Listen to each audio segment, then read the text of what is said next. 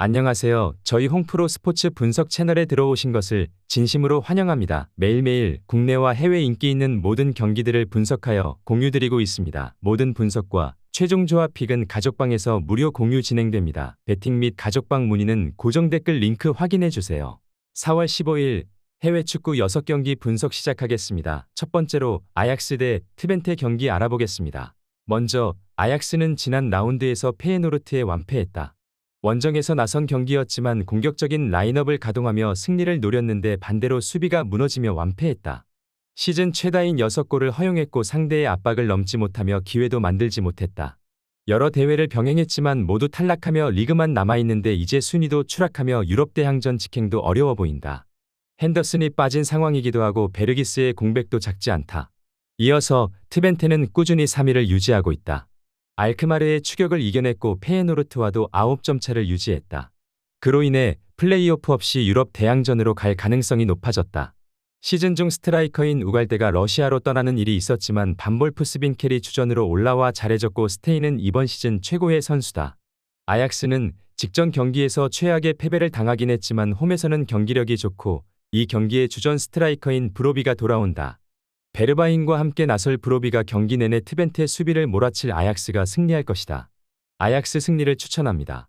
두 번째로 아스날 대 에스턴 빌라 경기 알아보겠습니다. 먼저 아스날은 리그 선두로 이번 시즌 우승에 도전 중이다. 맨시티 원정에서 무승부를 기록하기도 했지만 3경기 연속 무실점에 성공했고 무패를 이어가고 있다. 비록 주중에 열린 챔스 8강 1차전에서는 미넨에 승리하진 못했지만 무승부를 기록하며 준결승행에 대한 기대감을 이어가고 있기도 하다. 비록 다음 일정이 미넨 원정이지만 리그 승리도 필요하기에 전력을 다해 나설 것이다. 이어서 빌라는 지난 라운드에서 브렌트포드와 무승부를 기록하며 리그 5위로 떨어졌다. 꾸준하게 4위를 지키며 다음 시즌 챔스 진출을 노리고 있었는데 토트넘의 4위 자리를 내줬다. 그래도 아직 같은 승점이기에 기회는 남아있다. 단 아스날과 마찬가지로 차주의 유럽 대항전 일정이 남아있는데 팀 내 부상자가 있는 상황이기에 어려운 아스날 원정에서 어느 정도는 로테이션을 돌릴 수도 있다. 에스턴 빌라는 와킨스를 비롯해 베일리와 로저스 등 찬스를 골로 연결할 선수들이 있다. 그러나 원정에서 아스날을 상대하는 건 부담이다. 라이스와 조르지뉴가 중원에서 최고의 경기력을 자랑하며 팀의 중심을 잡아주기에 경기를 안정적으로 이끌어갈 수 있고 사카와 트로사르가 해결할 아스날이 승리할 것이다. 아스날 승리를 추천합니다.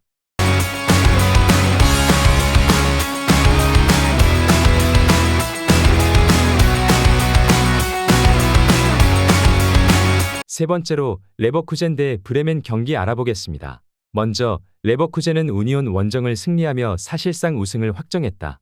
6경기가 남은 상황인데 이 경기를 승리하면 남은 경기와 상관없이 우승이 확정된다.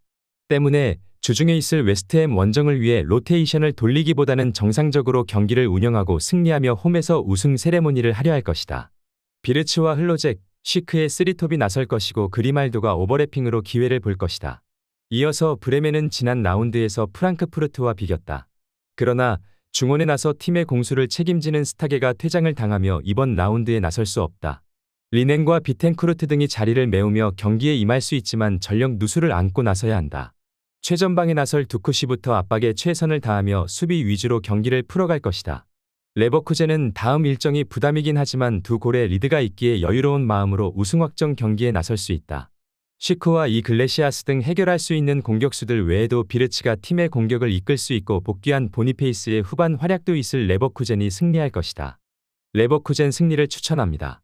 네 번째로 우디네세 대 AS 로마 경기 알아보겠습니다. 먼저 우디네세는 지난 라운드 홈경기에서 경기 내내 고전하며 인테르에 패했다.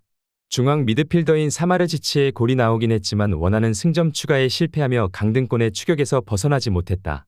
라치오를 잡을 때까지는 흐름이 좋았지만 그 이후 3경기에서는 승점 1점에 그쳤다. 때문에 강팀이지만 주중 경기가 있었던 로마 상대로 적극적인 공세로 나설 수 있다. 이어서 AS 로마는 최근 리그에서 무패를 이어가며 4위인 볼로냐와 승점 3점 차이를 유지 중이다. 볼로냐의 기세가 대단하기에 4위 역전을 하진 못했지만 최근 세리에서 인테르를 제외하면 세리의 팀 중 가장 분위기가 좋다. 게다가 주중 유로파 8강 1차전에서는 7년 만에 밀란을 원정에서 잡기도 했다. 리그 3경기 연속 클린시트를 비롯해 요렌테와 은디카, 만치니와 셀릭 등이 실점하지 않고 있다. 최근 로마의 공수 밸런스가 대단히 좋은 것은 사실이다. 디발라와 엘샤라위가 측면을 돌파로 넘어서고 있고 수비는 실점이 없다. 그러나 타이트한 일정 속에 베스트 11을 가동하긴 어렵다. 우디네세가 홈에서 비올과 페레즈가 수비를 강화하고 나설 것이기에 승점 한 점은 챙길 수 있을 것이다. 무승부를 추천합니다.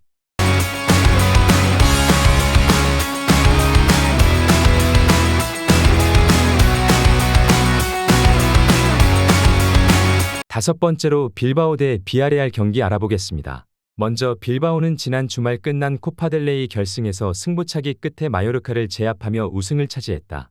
바르샤와 레알, 아틀레티코 3강회의 다른 팀들에게도 다소 밀리는 인상이 강했던 팀이었는데 이번 시즌은 내내 좋은 성적을 내고 있다.